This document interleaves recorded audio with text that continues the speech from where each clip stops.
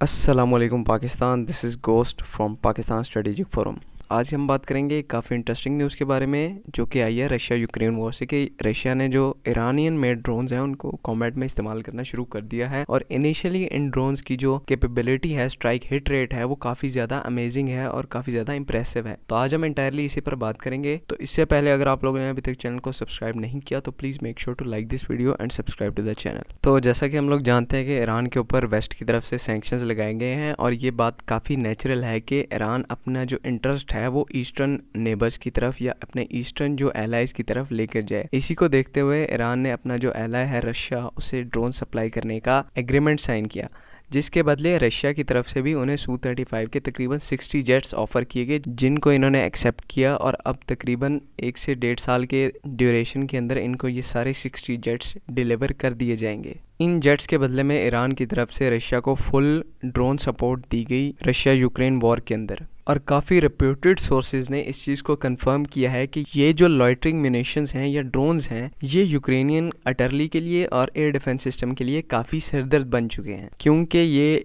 Loitering munitions हैं और काफ़ी छोटे टाइप के ड्रोन हैं। तो इनके लिए एक डेडिकेटेड एयर डिफेंस सिस्टम नहीं है, और जो एयर डिफेंस सिस्टम मौजूद है वो इन्हें ना तो इन्हें ट्रेस कर पा रहा है, ना ही इन्हें ट्रैक कर पा रहा है। तो काफ़ी डिफरेंट टाइप्स के ड्रोन रशिया को सप्लाई किए गए हैं, जिनमें मेनली जो छोटे लॉइटरिंग म्यूनिशंस हैं वो शामिल हैं। इनमें से जो सबसे रिप्यूटेड और जो सबसे कारामद ड्रोन है रशिया के लिए वो है इनका शाहिद 163, जो कि बेसिकली एक स्मॉल डेल्टा विंग ड्रोन है और इसे एक रोटर इंजन की मदद से पावर दी जाती है। इस ड्रोन के अंदर तकरीबन 60 किलोग्राम्स का वॉरहेड है और ये तकरीबन 2000 किलोमीटर तक स्ट्राइक रेंज प्रोवाइड करता है, जो कि अपने आप में ही एक रिकॉर्ड है। इन ड्रोन्स में 2-3 फैक्टर ऐसे हैं जो रशियंस को काफ़ी सपोर्ट करते हैं। एक फैक्टर ये है कि ये ड्रोन्स काफ़ी इनएक्सपेंसिव हैं, पर यूनिट कॉस्ट इनकी चंद हज़ार डॉलर्स है। और उधर बात करें इनकी डिप्लॉयमेंट की, तो इनकी डिप्लॉयमेंट भी काफ़ी इजीली है। 1 से 2 जो क्रू मेंबर हैं इसे काफ़ी इजीली डिप्लॉय कर सकते हैं। इसके लिए काफ़ी कॉम्प्लेक्स मैकेनिज्म या मेंटेनेंस की ज़रूरत नहीं है। तीसरा फैक्टर ये है कि इनको काफ़ी बड़े नंबर्स में रशिया को सप्लाई किया गया है। तकरीबन इनिशियली जो रिपोर्ट्स हैं उसके मुताबिक जो 1000 to 1500 जो इस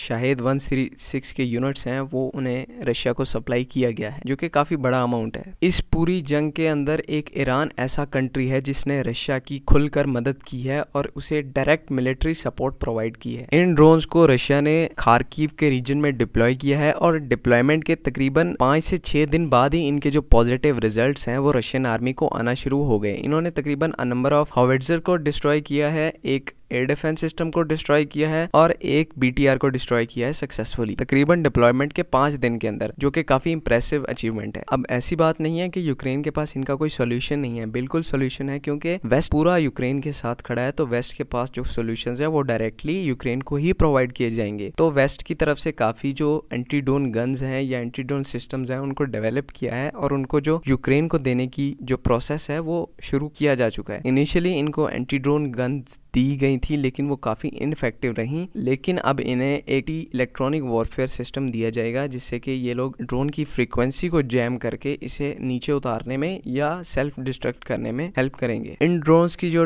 डिस्ट्रक्शन लेवल है वो काफ़ी बड़े पैमाने पर नहीं है, बट ये एज अ हौसला बढ़ाने का काम कर रहा है रशियन आर्मी के लिए कि वो भी इस फील्ड में कुछ कर सकते हैं। लेकिन जो मेन एडवांटेजेस हैं वो अभी भी यूक्रेन के पास हैं, चाहे वेपन्स हों या चाहे लॉजिस्टिकल सपोर्ट्स हों, सब यूक्रेन के फेवर में है। और ये अबाउट टाइम है कि रशिया को यूक्रेनियन टेरिटोरी से रिट्रीट करना पड़े। और रशिया की तरफ से साफ इंडिकेशंस हैं, अगर चीजें सेटल नहीं होती तो एक न्यूक्लियर वॉर का खतरा बिल्कुल बना हुआ है। तो पास्ट में भी हमने देखा न्यूक्लियर जंगें तभी होती रही हैं या न्यूक्लियर बम तभी ड्रॉप किए गए हैं जबकि कोई अपोजिंग फोर्स जो है वो हार रही हो।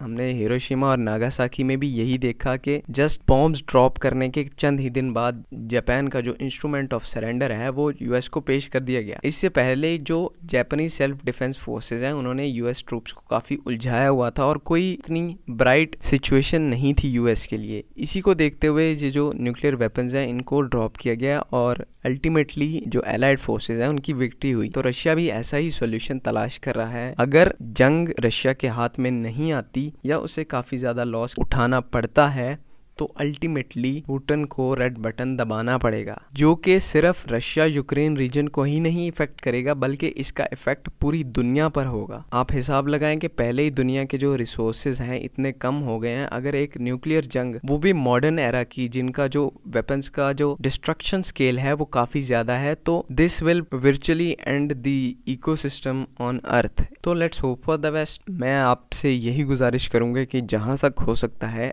जंग को रोकने के लिए अपना किरदार अदा करें, बिल्कुल भी वायलेंस की तरफ ना जाएं। इसी के साथ हम अपनी वीडियो को खत्म करेंगे।